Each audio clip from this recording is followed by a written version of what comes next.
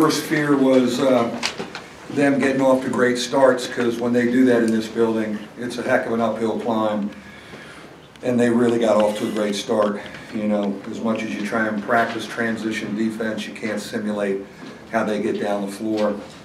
I loved our fight in the second half. What did we get it to? 7, 8, 7. You know, I'd like to go back and look at the tape tomorrow with them, because we probably made some mistakes when we had it to 7. But they're really good. They're a heck of a team. They're as good as anybody in the country. We probably learned a little bit about our group. But hats off to them, because they were really ready to play. And anytime we made a little run in that second half, somebody made a big shot again. Somebody made big shots. Mike, last week and then also tonight, what can you guys do to be better, get a better rhythm early? Yeah, I don't know. Something we got to think about, you know, our offensive rhythm. I think I would give credit to poor offensive rhythm to 2 great defensive teams that we played in a row, you know, Wichita State and certainly these guys. But it's grueling when you got to dig out of a hole, and hopefully we can be better in first halves, so we're not digging out of a hole. What can you do to be better on the backboard? Not play Michigan State. We don't play them again, do we? It's the best rebounding team in the country, so we're okay. We're good.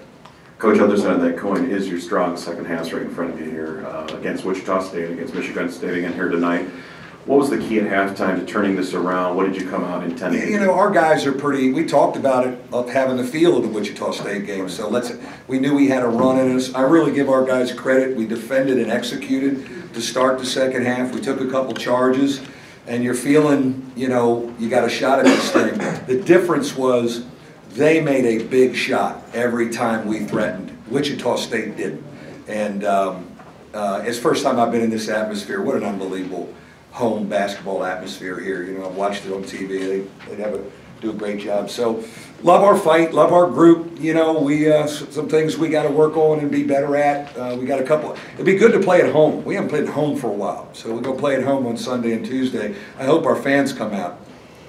Mike, you mentioned the beginning of the second half. Talk about the job that Jaren Jackson did on Bonzi in the first half, and how important. I mean, was that something you talked about at halftime, to try and go in on him and drive him more? Well, you know, Jackson's length really bothered Bonzi early. You know, and you know, he's even bigger than I remember. We recruited him. He's really long, and that length really bothered him. I give Bonzi credit that he kind of figured it out a little bit in the second half. Obviously, it helped that Jackson was in foul trouble.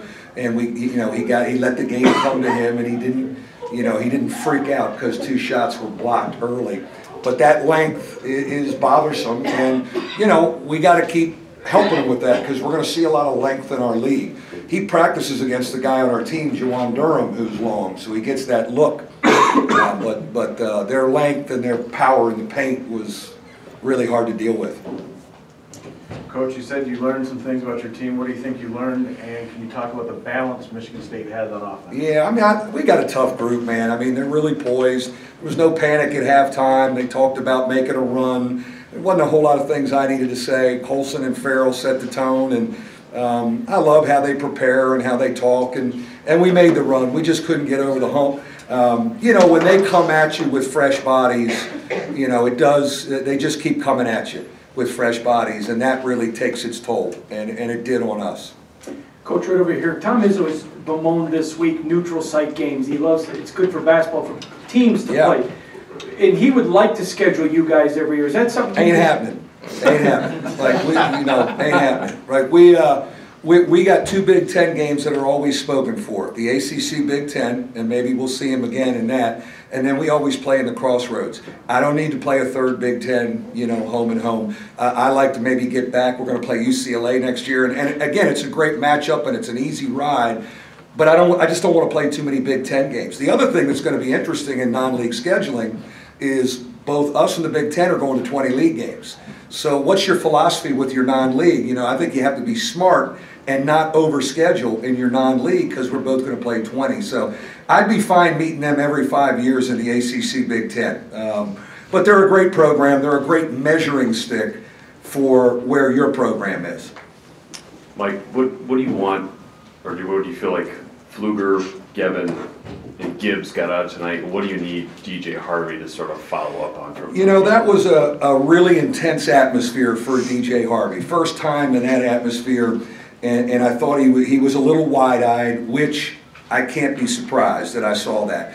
I thought he was really good in Maui, and he was really good in the Wichita State game, which was a big atmosphere. But this was a different level. We just got to keep helping him and coaching him and getting him out there on the floor. You know, some guys didn't play as well as they wanted. But, you know, you got to give Michigan State really defends. And they've got fresh guys on you. And for us, you know, I talked to our guys, you know, our schedule is so hard. We know we were going to take punches throughout this season. It's all about how you bounce back. We get to practice that now, and we're going to be in this situation again. So I don't want to overanalyze, you know, we're going to start the same guys on Sunday, and let's get up and down on our home court. Mike, in the back here, you had Matt, TJ, and Bonzi all over 36 minutes. Yeah. Is that something you were expecting? I think Rex was also over 30 minutes. Is that something you were expecting coming in, or is that just kind of You how know, the game went trying to get when you're digging out of a hole and it's fragile, you know, that it may go to 30 and you have no shot, it's kind of hard to get them off the floor. Again, I thought DJ Harvey was a little bit overwhelmed. And even our young big guys were maybe a little. That's why I went to Torres in the second half, because he's a veteran.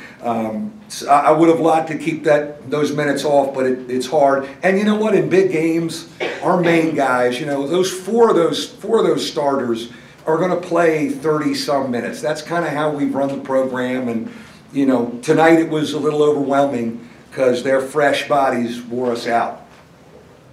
Mike, you were asked about State's balance. I wonder what challenges they present in terms of when you're preparing for the game, kind of picking your poison on for Winston, Bridges, Ward, and stuff like that. Well, I mean, the first thing you start with is, can you stop their transition? And as much as we talked about it and tried to practice it, you couldn't simulate how fast they were coming down on us. And that had us on our heels, and it could affect us offensively too. But they have a lot of different guys that can score the ball, you know. We try to help on the first possession, a little bit on Bridges. Winston hits a big one. You know, Langford hit big ones all night. Jackson rattled in a three at a time where we thought maybe we're coming back, and he rattles that one in. So they've got a lot of different options. And then when you put down that they can go and get you know, they can get 15, 18 offensive rebounds, that puts a lot of pressure on your defense. So they're as good as anybody in the country, and I'm glad they're not in our league. Glad we don't see them again. Like the matchup with Jackson and Colson, that the 6'11", 6'6", is that about as, even for a guy as a veteran and that's a freshman, about as difficult as he's going to see and inconvenient? It may be. You know, that may be the toughest guy to deal with for Bonzi Colson. Obviously, Duke has size. But I don't know if they have active length that can move their feet like Jackson does. You know, that was a whole different level. I think he was a little shocked that he couldn't get a shot off there. So, again, we're not going to see that much, you know, the rest of the way.